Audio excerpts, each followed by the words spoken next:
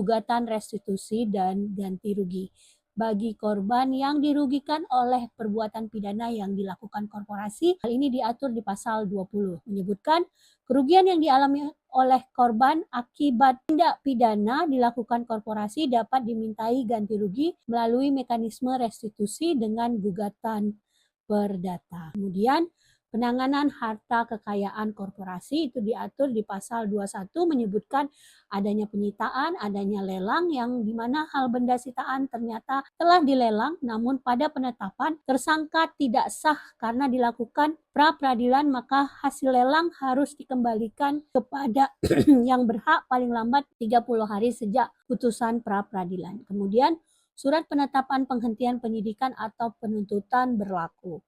Selanjutnya, pada hapusnya penuntutan sebagaimana yang diatur di pasal 22, dalam perma ini kewenangan menuntut dan menjalankan pidana terhadap korporasi hapus karena kadaluarsa sebagaimana yang diatur di dalam KUHP. Kemudian di pasal 23, penjatuhan pidana dapat diberikan kepada korporasi, pengurus korporasi, dan pengurus korporasi. Penjatuhan pidana dapat diberikan kepada pelaku lain yang terbukti melakukan atau terlibat tindak pidana yang dalam hal ini menguntungkan korporasi.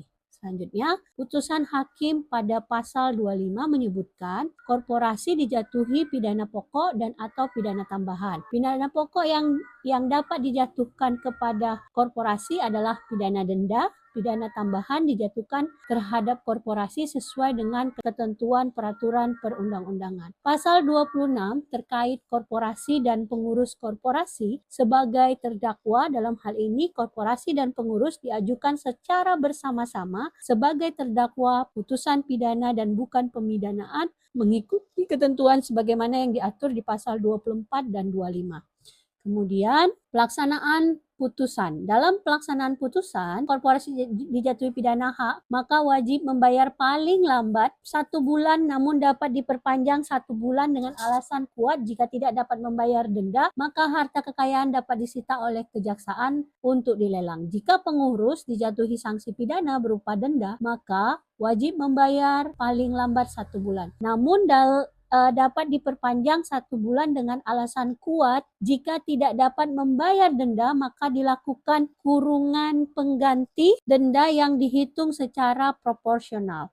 Pidana kurungan pengganti denda dilakukan setelah berakhirnya hukuman pidana pokok. Ya, dalam pelaksanaan putusan untuk korporasi sebagai tersangka atau terdakwa, maka dijatuhi hukuman pidana berupa denda. Apabila dia tidak mampu, maka harta bendanya akan dilelang untuk membayar denda tersebut atau disita oleh kejaksaan. Kemudian pidana tambahan. Dalam hal penjatuhan pidana tambahan harus berdasarkan putusan pengadilan. Pidana tambahan berupa perampasan barang bukti dilaksanakan 1 bulan setelah putusan, dapat diperpanjang 1 bulan lagi dengan alasan kuat. Dalam hal terdapat keuntungan dari hasil kejahatan, maka seluruh keuntungan dirampas untuk negara. Kemudian di pasal 32-nya, korporasi dikenakan pidana tambahan berupa uang pengganti, ganti rugi, restitusi, tata cara pelaksanaan dilakukan sesuai dengan ketentuan perundang-undangan. Dalam hal pidana tambahan berupa uang pengganti, ganti rugi, dan restitusi,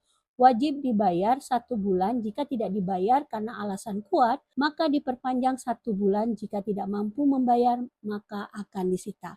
Jadi pada dasarnya proses hukuman pidana terhadap korporasi adalah pelaksanaan pembayaran denda, dan apabila tidak mampu maka harta kekayaan akan disita. Ketentuan peralihan. Perkara pidana dengan terdakwa korporasi yang telah dilimpahkan ke pengadilan tetap dilanjutkan sampai memperoleh putusan pengadilan yang memiliki kekuatan hukum tetap, mengacu beberapa peraturan perundang-undangan yang berlaku sebelum adanya aturan Mahkamah Agung ini. Di pasal 36 ketentuan penutupnya bahwa peraturan Mahkamah Agung ini mulai berlaku ketentuan penanganan perkara pidana oleh korporasi mengikuti peraturan Mahkamah Agung ini.